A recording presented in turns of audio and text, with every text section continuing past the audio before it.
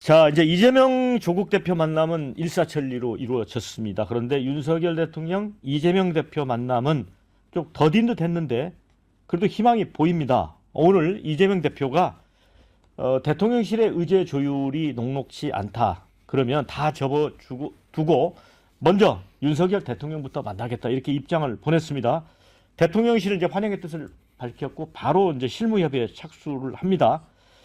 자, 이제 원래 어제까지만 해도 뭐 최상병 특검법, 또 민생회복지원금, 대통령 거부권 사과, 이 민감한 의제에 대해서도 어쨌든 민주당은 사전 검토 의견을 달라 이런 요구사항 했는데 한 발 물러섰습니다. 어제 이것도 2조 회동이 영향을 줬을까요? 그럼요. 영향을 줬고 미리 이제 아까 제가 말씀드렸잖아요. 각 일병씩 한 것은 이미 밑자락을 깔았다. 근데 제가 말씀드리는 게 지금 이 해동은 3차원적 분석이 가능합니다. 첫 번째 이제 대통령실에서는 어떤 주제든 이야기하면 되는 거 아니냐. 포괄성입니다. 근데 이제 민주당 측에서는 처음에는 지난 19일 날 윤석열 대통령이 전화해서 차도 마시고 자주 만나고 밥도 먹읍시다. 도움이 돼야죠. 뭐 이렇게 얘기를 할 때는 상당히 뭔가 급진전 건물사를 타는 데였습니다만 이제 민주당에서 생각할 때는 갔다가 이거 만남의 스포트라이트를 받으면 오히려 대통령이 소통한다고 평가받고 지지율 올라갈 일 아닌가. 그건 곤란한데 우리는 좀 명분이 필요하다. 명분성을 그렇죠. 포괄성, 명분성. 근데 결정적인 이겁니다. 포괄성이고 명분성이고 오늘 한국 갤럽의 조사 결과가 대통령 긍정 지지율 24, 민주당 29, 네코가 석자인 거예요. 지금 둘 다 20%대예요. 그러면 이거 지금 국민들은 뭐냐면 국민들은 포괄성도 아니고 명분성도 아니고 만나라 소통성이거든요. 그래서 이 준엄한 어떤 국민들의 요구를 무시했다가는 큰일 나겠다. 화들짝 놀라면서 이제 이재명 대표가 이제 어제 이미 조국 대표를 만나서 달래기를 했으니까 그래 우리 뭐 다 받아들이겠다. 이렇게 하면 이재명 대표는 부스트를 다는 거죠. 일종의 뭐 이것만 가지고서 이제 평가를 받을 수는 있는 건 아닙니다만 또 다음 주 5월 1일은 또 근로자의 날이라서 그날 만나기 곤란해요. 그럼 또 5월까지 미루기는 곤란하다면 전격적으로 빨리 이야기를 해서 4월 30일 화요일 낮 11시 30분에 용산에 도착을 하자. 그래서 2시 1분까지 만나면 2시간 30분이 넘는 거거든요. 그러면 그것도 조국 대표보다는 조금 1분 길게 만나는 거 아니냐. 뭐 이런 차원의 접근이 이루어진 것 같아요. 제가 조금 이제 이 부분과 관련해서 경과가 오늘 뭐 심평 교수가 어디 가셔서 말씀을 하신 것 같더라고요. 네. 그 이재명 대표가 제안을 해서 심평 교수가 대통령실 쪽에 제안을 해가지고 이 논의가 시작됐다. 이렇게 이야기를 하신 거예요. 이게 사실은 그 전에 뭐 많은 사람들이 그 총선 결과가 뭐 결국 국민의힘에 나쁘니까 지지율도 떨어지니까 바로 직후에 대통령실에서 뭐 지지율 때문에 화들짝 놀라가지고 손을 먼저 내민 게 아닌가라는 그런 취지의 추측이 있었는데 심평 교수는 오히려 이재명 대표가 먼저 제안을 한 거다라는 거예요. 그러면 그게 수면 위로 대통령실과 이재명 대표의 그런 만남이 올라온 이상에는 이게 결론이 좋게 나야만 이재명 대표한테도 좋은 거거든요. 그런데 제가 아까 조국 대표하고의 관계 어제 뭐 만남도 있지만 이재명 대표는 윤석열 대통령을 만나야 조국 대표와 다른 제1야당의 대표로서의 위상이 올라갑니다. 그래서 일단은 뭐 정책인이 뭐니 이거는 그다음 문제고 내가 대통령과 만나는 야당 대표다. 거기에 대한 위상 확보가 무엇보다 중요한 상황이었거든요. 그래서 뭐 자꾸 이렇게 뭐 그 구체적인 의제를 가지고 이야기하는데 의제도 민주당은 그 회담을 하면서 수용, 불수용, 일부 수용을 명시적으로 표시하라고 이야기를 했나 봐요. 근데 그게 뭐 이런 입법이나 이런 게 국회에서 처리될 거고 국회법 위반 소지도 있지 않냐라는 말을 했고 그리고 더 이상은 이제 뭐 만남 자체가 중요하기 때문에 그쪽으로 이제 이재명 대표가 방향선회를 한 것 같습니다. 국회법 위반 가능성 말씀을 하셨는데 네. 이게 뭐 타당한 거예요? 그러니까 국회법이라는 게 기본적으로 절차법이니까 근데 법률에 대해서 대통령께서 수용 의견을 내고 국회에서 의원들이 동의를 한다라는 이런 그 절차가 이게 정당한 삼권 분립사하게 맞는 절차인지를 모르겠어요. 아니 그러니까 뭐 대통령실에서는 그런 주장을 할 수 있지만 예. 대통령이 어떤 법을 수용하겠다고 표현하는 게 정치적 의사 표현이잖아요. 이걸 예. 뭐 법의 문제로 가져갈 건 아닌 것 같은데. 근데 어쨌든 지금 이제 영수회담은 이제 곧 열릴 것 같습니다. 그런데 박지원 당선인이 그런 얘기를 했어요. 총선 민심은 공동 정권론이다. 또 이명백 당선인하고 점심을 먹었다고 합니다. 박지원 당선인이. 그랬더니 거기서도 이제 그 공동 정권 운영하는 식으로 가야 된다라고 이야기를 했다고 해요. 이게 총선 민심이고. 그러면 이제 협치보다 이제 더 강화된 거잖아요. 그런데 이거를 이재명 대표 입장에서는 받을 수 있는 건가요? 책임 정치 차원에서 보면 차기 대선에 생각하는 분인데 어떻게 보세요? 그러니까 이제 얻는 부분이 있고 이제 잃는 부분이 생기겠죠. 만약에 이제 그런 상황까지 간다면. 그래서 박지원 이제 당선인 같은 경우에 오늘 아침에 이제 그 라디오 방송에 나오셔서 협치 아닌 공치를 이야기를 하시더라고요. 공동 정권. 예. 그런데 이게 야당으로서도 상당히 그 공치까지 가게 되면 부담스러울 수밖에 없는 이제 그런 부분이죠. 조금 전에 말씀하셨듯이 이제 책임까지 나눠져야 되는 이제 그런 건데 사실은 공치까지 가려면 과거 뭐 이제 그 DJP 연합 정도 이런 정도까지 가야 이게 사실은 어느 정도 가능한 거고 그 정도까지 뭔가 이렇게 협업이 이루어지지 않는다라고 할 경우에는 자칫 잘못하면 야당 입장에서는 들러리만 서주는 격이 될 수도 있거든요. 그래서 제가 보건대는 이거는 좀 실현 불가능할 것 같고 그다음에 제가 보건대는 지금 대통령실도 그렇고 국민의힘도 그렇고 생각보다 굉장히 빠른 속도로 지금 원위치하고 있는 것 같아요.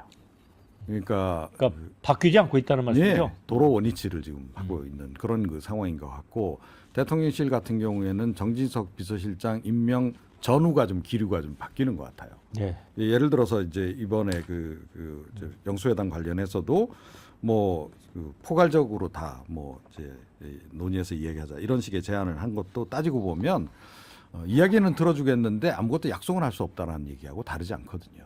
그러니까 이것만 해도 제가 보건대는 기류가 꽤 바뀐 거다. 그리고 지금 아시다시피 국민의힘 내부 지금 돌아가는 사정을 보더라도 원내대표 친윤, 보니까 대표까지 친윤 이런 식으로 돌아갈 가능성이 굉장히 좀 높은 상황이라는 거죠. 이런 국면에서 설령 그 대통령실 쪽에서 협치 내지는 공치 제안을 하더라도 이재명 대표로서는 덥석 손을 잡기가 상당히 좀 부담스러워진 그런 국면이 아닌가 이렇게 생각합니다. 저는 좀 다른 차원으로 보는데 지금 대통령 지지율이 24%인데 공치든 협치든 야권의 인사까지 손을 내밀면은 지지율이 올라갈까요? 저는 오히려 핵심 지지 기반이 무너져 버릴 거예요. 그러니까 지금도 벌써 당의 총선 이후 수습 방향 관련해서 TK, PK 지금 수도권 또 낙선자 다 동상이몽이거든요. 그런 상황에서 대통령의 정체성마저도 흔든다. 이거는 정권 정체성이 흔들리기 때문에 이거는 일종의 박지원 당선자의 1일 1 아이디어 전략이라고 봐야 돼요. 지금 매일 쏟아내요. 그러니까 이제 지금 이번에 92.35%로 당선되면서 정치 10단에 올랐거든요. 진도가 난리 났고 이야기가 나는데 그런 차원에서의 아이디어 제공이라고 봐야 될 것 같고 일단은 협의가 불가능. 왜냐하면은 그러면 당장에 박영선 국무총리 후보자로 거론되는 부분에 대해서 그러면 이재명 대표가 예스를 할 수가 있나요? 할 수가 없는 일이고 양정철 전 더불어민주당 민주연구원 원장 같은 경우에도 비서실장은 이미 끝난 게임이고 그러니까 이건 사실은 일 아이디어 차원에서 제시될 뿐 받아들이기는 수용하기는 수용 자체도 수용 안 될 뿐더러 미리 이 이야기를 윤석열 대통령이 할 가능성은 거의 제로에 가까울 것 같아요. 네. 그런데 이제 박지원 당선인은 이 공동 정권 형식의 이른바 공치를 하지 않으면 경제, 남북관계, 민주주의 이거 다 문제가 되고 이렇게 되면 윤 대통령 내외도 험한 꼴을 당할 수 있고 나라도 망할 수 있다까지 얘기를 했거든요. 그런데 이재명 대표하고 영수회담을 앞두고 이제 이런 얘기를 하는 게 그걸 낚시에 밑밥을 던지는 거라고 봐야 될지 이거 어떻게 봐야 되나? 하은기 부대변인. 저는 당위적인 이야기라고 생각합니다. 앞에서 여러분들 말씀하신 거랑 현실론적으로는 동의를 하는데 현실적으로 어렵다는 건 동의하는데 당위적으로는 틀린 말씀 아닌 것 같아요. 방법이 없거든요. 지금 총리 한 명도 죄송합니다. 정부에서 마음대로 못 뽑잖아요. 심지어는 청문회가 없는 인사와 관련된 대통령 참모들, 비서실장 뽑을 때도 사실 정리도 안 된, 내부에서 정리도 안 된 하마평 흘리다가 우왕좌왕하는 모습 보이고 거의 아노미 상태란 걸 보였는데 지금 이 의석의 이 지지율에 사람 찾는 것도 힘들 텐데 이 사실 거국 내각 꾸린다는 정도의 결단 없이 향후 3년간 무슨 국정 운영을 할 수 있겠습니까? 그래서 저는 당위적인 차원에서는 이 방법밖에 없다고 생각을 하고요. 아까 전에 평론가님께서 좋은 말씀 해주셨는데 야당이 받기에 되게 부담스럽다, 책임도 나눠야 되니까 좀 책임 나누면 안 되나 싶은 생각이 들어요. 그 지금 대한민국 많이 어렵잖아요. 이게 상대방한테 책임론을 돌려서 선거 때 심판론으로 정권 가져오고 이렇게 교대하는 이 방식을 계속 반복해 왔는데, 그런 건 정권 차지하고 집권하는 건 좀 대안 경쟁으로 하기로 하고, 지금 이 상황에서는 일단 여야가 협치하는 틀만 만들어 놓으면 인사나 뭐 정책이나 이런 것들 좀 앞으로 진도를 뺄 수 있는 국정 운영할 수 있지 않습니까? 그래서 저는 영 뭐 말도 안 되는 이야기라고 생각 안 하고요. 결국 야당 대표랑 대통령의 결단과 생각과 뭐 이런 것들이 어떤 방향으로 흘러가느냐에 따라 정치는 가능성 예술이기 때문에 될 수도 있고 안 될 수도 있고 이렇게 봅니다. 하지만 당위적으로는 이 방법 말고는 방법이 없다고 생각합니다. 자, 이제 영수회담 관련해서 댓글 좀 소개를 해드리겠습니다. 국민을 위해서 여야가 힘을 무조건 합쳐야 된다. 한 사람보다는 두 사람이 힘이 세다. 이런 의견이 있는가 하면요. 자, 언제부터 영수회담 의제 정하고 확정하고 만났습니까? 둘 다 그러면 역풍 맞습니다. 이런 의견이 있습니다. 자, 반면에 이준석 대표가 이재명 대표에게 훈수를 뒀죠. 그렇게 만나면 될 것도 안 된다. 의제 설정에서 만나야 한다. 자, 이 부분과 관련해서는 이준석 대표가 최상병 건에 대해서는 확답을 받아라 라고 얘기를 한 것 같아요. 그렇죠? 네, 그렇죠. 그리고 사실은 최상병 건 말고 지금 뭐 민주당에서 굉장히 역점을 두고 있는 그 지원금 문제도 있잖아요. 그죠? 그래서 저는 그래도 뭐 결국은 뭐 의제 없이 만난다 하더라도 이재명 대표로서는 핵심 의제 몇 가지는 이야기를 안 할 수가 없을 것이다. 이렇게 생각을 하고요. 이제 그걸 알기 때문에 사실은 대통령실 쪽에서도 지금 뭐 그냥 다 열어놓고 얘기하자는 식으로 지금 하는 게 아닌가. 이 얘기는 뭐냐면 듣긴 듣겠다. 이제 그 얘기예요. 그 대신 확답은 줄 수 없다라는 거를 암시하고 있는 이제 그런 상황이 아닌가. 이렇게 좀 생각을 하고. 그런데 사실은 아무런 합의도 없이 이렇게 영수회담 그냥 끝나고 만다면 국민들이 얼마나 실망하겠습니까? 그러니까 빈손 또 영수회담, 이 또 비난 여론도 꽤 일 것이고, 그래서 핵심 사안 뭐 저는 뭐 많이도 바라지도 않습니다. 한 3가지 정도는 합의를 좀 하는 선에서 정리를 했으면 좋겠다, 이런 바람. 네.